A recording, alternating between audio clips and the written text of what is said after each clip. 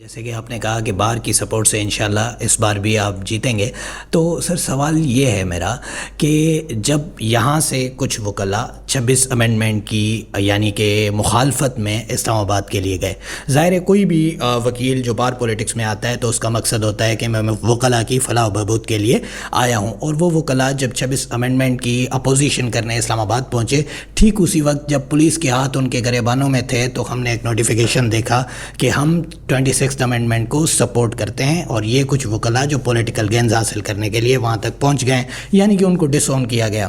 تو اب ان ہی وکلاء سے ووٹ ایکسپیکٹ کرنا کیا سہیل وڑائچ صاحب کی زبان میں کھلا تضاد نہیں ہے؟ نہیں، ہم ان لوگوں سے دیکھیں، میرا جو منشور ہے اور میرا جو فکر ہے وہ بڑا کلیئر ہے۔ جی سر۔ اس پروٹیسٹ سے پہلے بھی میں 26 امینڈمنٹ کا حامی تھا۔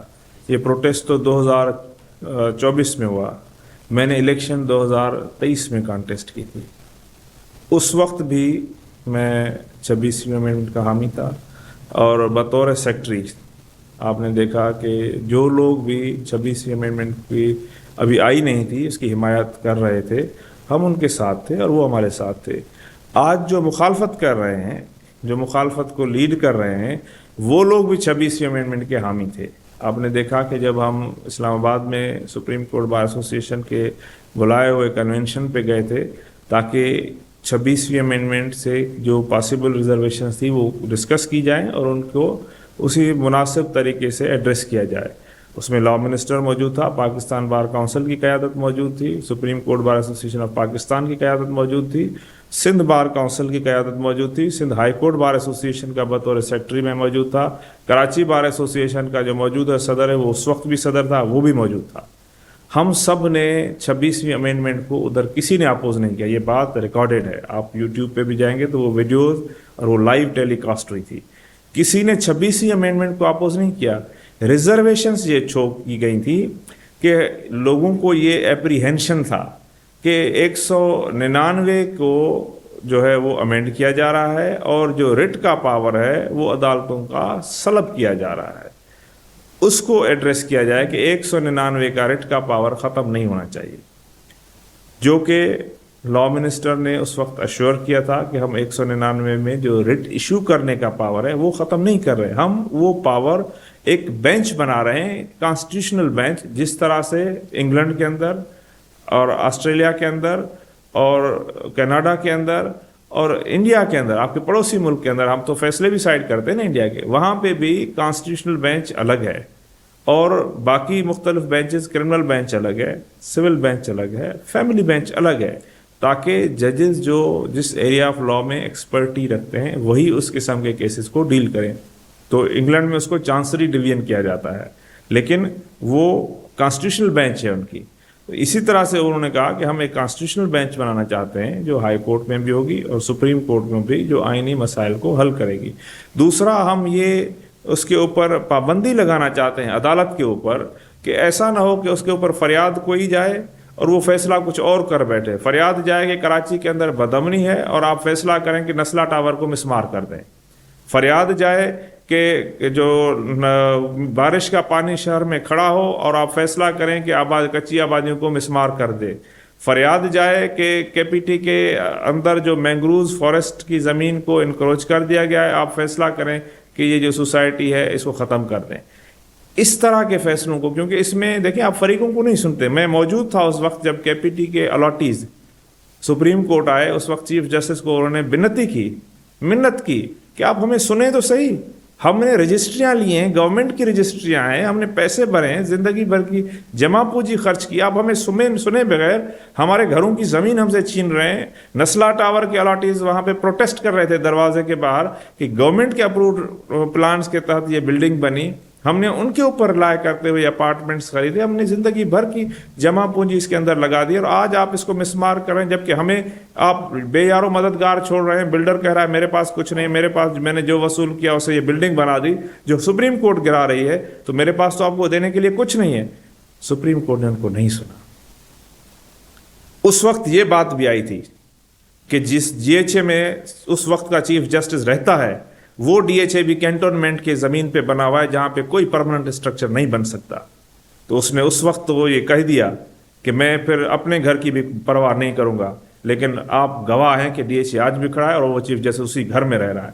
یہ زیادتیاں روکنے کے لیے 26ویں امینڈمنٹ بہت ضروری تھی. لیکن میں آپ کو یہ بتاؤں 26ویں امینڈمنٹ ناکافی ہے.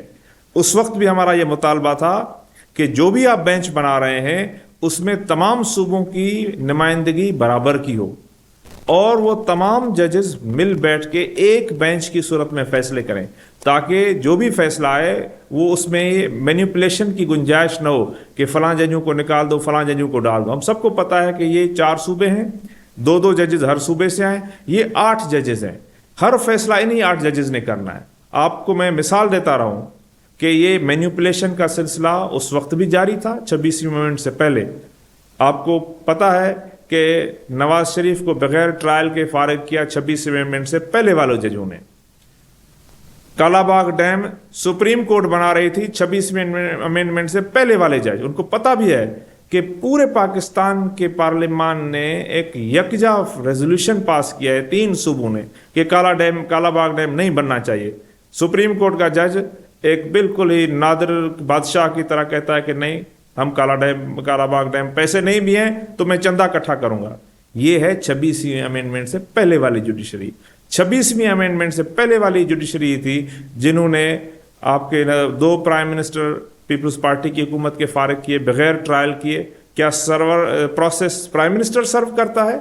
کیا آپ اگر پروسیس پوسٹ مین نہیں پہنچاتا, پروسیس سرور نہیں پہنچاتا تو آپ پرائم منسٹر کو نوکری سے ہٹا دیتے ہیں. یہ 26ویں امینڈمنٹ سے پہلے والے ججوں کے کارنامے ہیں. اور یہی نواز شریف کو پیک کرنا بھی 26ویں امینڈمنٹ سے پہلے والے ججز ہیں. عمران خان کو پیک کرنا بھی 26ویں امینڈمنٹ سے پہلے والے ججوں کے کارنامے ہیں. عمران خان کو فارغ 26ویں امینڈمنٹ کے بعد نہیں کیا گیا, پہلے کیا گیا. تو جوڈیشری اس وقت بھی کمپرومائز تھی کیونکہ اس کے اندر مینیپولیشن کی گنجائش تھی اور ججز اس مینیپولیشن کا پارٹ تھے. اب صرف گنجائش یہ ہے کہ جو آج کے ججز ہیں وہ ان پروٹیسٹ کرنے والوں کی مرضی کے جج نہیں بھرتی کر رہے. اس وقت کیوں یہ قابل قبول تھے؟ جب سندھ سے 5ویں نمبر کا جج سپریم کورٹ میں جا رہا تھا, کیوں یہ ان کو قابل قبول تھی جوڈیشری؟ کیوں یہ نہیں انگلی اب وہ باتیں بھول گئے کہ یہاں پہ ایک سندھی چیف جسٹس ایک عرصہ دراز کے بعد سپریم کورٹ میں جا رہا تھا جس کا چیف جسٹس آف پاکستان بننے کا بھی چانس تھا. آپ کو پتا ہے جسٹس سجاد علی شاہ کے بعد کوئی سندھی پاکستان کا چیف جسٹس نہیں بنا. اگر احمد علی شیخ کو اپنی باری پہ چیف جسٹس جج سپریم کورٹ ایلیویٹ کیا جاتا تو وہ چیف جسٹس آف پاکستان بنتا. لیکن چونکہ وہ کسی چیمبر سے نہیں تھا, چونکہ وہ کسی برادری سے نہیں تھا, اس لیے اس کو بائی پاس کر کے وہ chief justice Sindh high court بننے کے لیے فٹ تھا, سپریم کورٹ کا جج بننے کے لیے فٹ نہیں تھا. کیا معیار آئین کے اندر سپریم کورٹ کے جج اور ہائی کورٹ کے جج کے لیے مختلف ہے؟ ایسا نہیں ہے. فرق صرف یہ تھا کہ ان کو 5ویں نمبر سے جو جج اٹھانا تھا وہ ان کے استاد کا بیٹا تھا. جو لاہور سے جج اٹھا کے آنا تھا وہ ان کی چیمبر کا تھا. جو پشاور سے جج اٹھا کے آنا تھا وہ ان کی چیمبر کا پارٹنر تھا. اور یہ تینوں وہی لوگ ہیں, منصور علی شاہ, یحییٰ آفریدی اور منیب اختر. یہ تینوں ایک ہی قبیلے کے لوگ ہیں اور تینوں مینیپولیشن کے تھرو سینئر موسٹ جج بنائے گئے ہیں سپریم کورٹ میں. یہ کیلکولیٹ کرتے ہیں کہ آج اس کو آؤٹ آف ٹرن ایلیویٹ کرو, فلاں سال میں یہ سارے باقی ریٹائر ہو جائیں گے, یہ چیف جسٹس بن جائے گا. اس کے بعد فلاں بندہ ہمارا ہے اس کو آؤٹ آف ٹرن ایلیویٹ کرو, فلاں سال میں یہ وہ بھی ریٹائر ہو جائیں گے تو یہ پھر چیف جسٹس ہمارا ہوگا. یہ 3 ججز. پلان یہ تھا کہ پہلے منصور علی شاہ چیف جسٹس بنے گا, اس کو لے آؤ. اس کے بعد منیب اختر صاحب چیف جسٹس بنے گا سینیورٹی کے حساب سے کیونکہ باقی ریٹائر ہو جائیں گے, اس کو لے آؤٹ آف ٹرن. اس کے بعد یہ آفریدی چیف جسٹس بنے گا. یہ تو انہی کے لوگ ہیں. تو ان کو اب صرف یہ ہے, جب آپ نے دیکھا کہ 26ویں امینڈمنٹ کے بعد یہ سندھ ہے نا, پاپولیشن کے حساب سے, علاقے کے حساب سے ایک ڈائیورسیفائڈ پاپولیشن ہے. 12 جج سندھ کا چیف جسٹس ریکمینڈ کرتا ہے, بار سے کنسلٹ بھی نہیں کرتا, اور 12 کے 12 ججز میں آپ کو ایک سندھی نہیں ملتا. کیوں؟ ایک سوالیہ نشان ہے نا. آپ 12 جج سندھ ہائی کورٹ کی بھرتی کر رہے ہیں اور آپ کو ایک بھی اس میں سندھی اسپیکنگ جج نہیں آپ کو ملتا. سندھ میں کہتا ہوں کہ صرف اردو اسپیکنگ آبادی نہیں ہے, سندھ کے اندر سندھی بھی ہے, پٹھان بھی ہے, بلوچ بھی ہے, پشتو اسپیکنگ بھی ہیں. کراچی شہر ہے, آپ کی آدھی سندھ کی آبادی ہے. آپ نے اس آدھی سندھ کی آبادی کے ججز صرف ایک تحصیل سے بھرتی کیے ہیں.